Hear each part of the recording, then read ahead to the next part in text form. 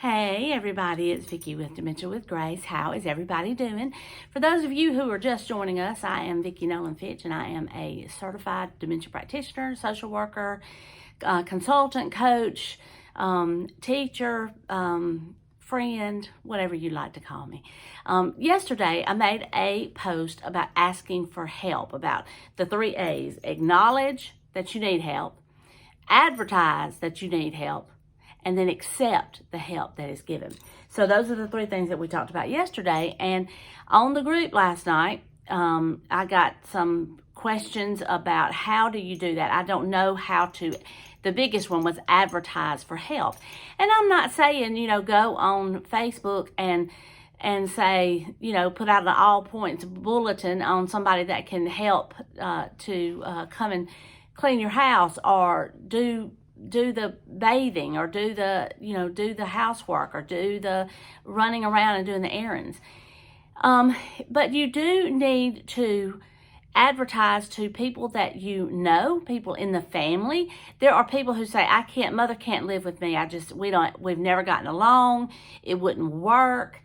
So you allowed your mother to come and live with you, but then what is she doing, or he? So there's times that they can do the financial things. Maybe they can take over all the bill paying, making sure that, the tithe is written to the church, making sure that, everything is right financially.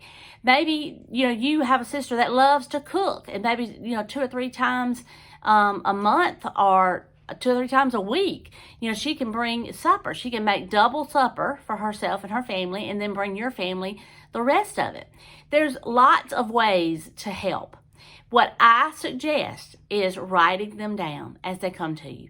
When you are busy beyond words and you're just thinking, if I just had somebody to come unload and load the dishwasher, if I had somebody to come mow the grass, if I had somebody that would take on the role of coming and sitting with her for 2 hours on Saturday morning while I go to the grocery store.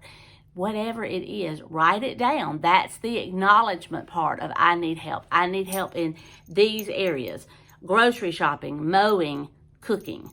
And then when somebody says, I'm so proud of somebody from church, somebody from work, somebody just in the general area, when they say, you look like you're handling so much, what can I do? And then you just pull out that piece of paper and you're like, okay, I want you to do, can you mow the grass? That would be that. If you can mow the grass or pay to have it mowed. Some people are like, I don't know what I can do, but I can't do that much, but I would love to pay for somebody to do something for you. Then say, yes, wash the dishes, mow the grass, fold the clothes. You just return to your list and tell them, yes, these are the things that I need done. Please, please, please.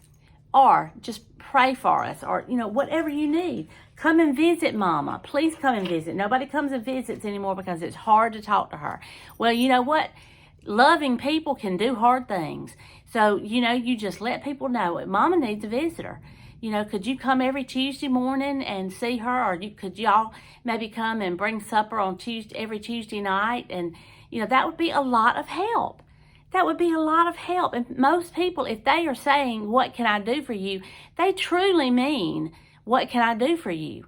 And think about yourself. If another person in your circle, in your orbit, in your Sunday school class, in your work, anything like that, if they said to you, Vicky, is there any way that you could come the first Saturday morning of the month and sit with Mother for a couple of 3 hours while we go out and get some errands run? And I would say, absolutely, I can. I will go ahead and put it in my calendar. If they said, Vicky, can you cook a casserole and bring it over here? I would say, I am not a cook, but I will buy you anything you want and have it delivered. That is so easy now, and especially in bigger our town doesn't have it, but we don't even have hardly any restaurants. But in a bigger town like Tuscaloosa is close to me, Tuscaloosa, Alabama, they have DoorDash, they have all of that stuff where you could call up Olive Garden and have a whole meal sent, or, fill in the blank.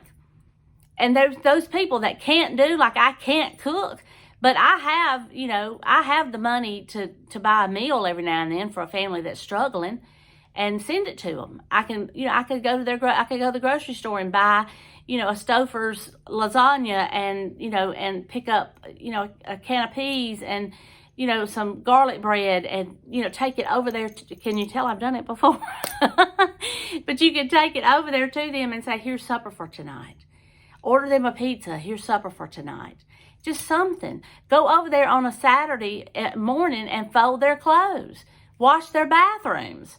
I can do that kind of stuff. So anyway, the point is, if somebody asks for help, they usually receive it in the most unexpected ways.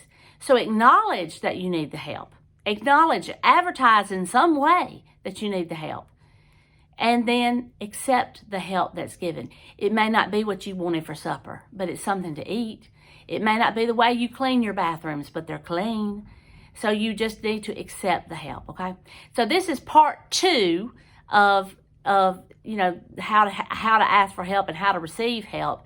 And so I'm going to post it here in just a second, and y'all will be able to see it. Give me some feedback. Give me some likes or some loves down below, and comment. That makes a big difference in the YouTube algorithm, whether this video gets seen or not by more people. And of course, we want it seen by as many people as we can. Okay. All right. Thank y'all. I love y'all, and I'll talk to you soon. Bye.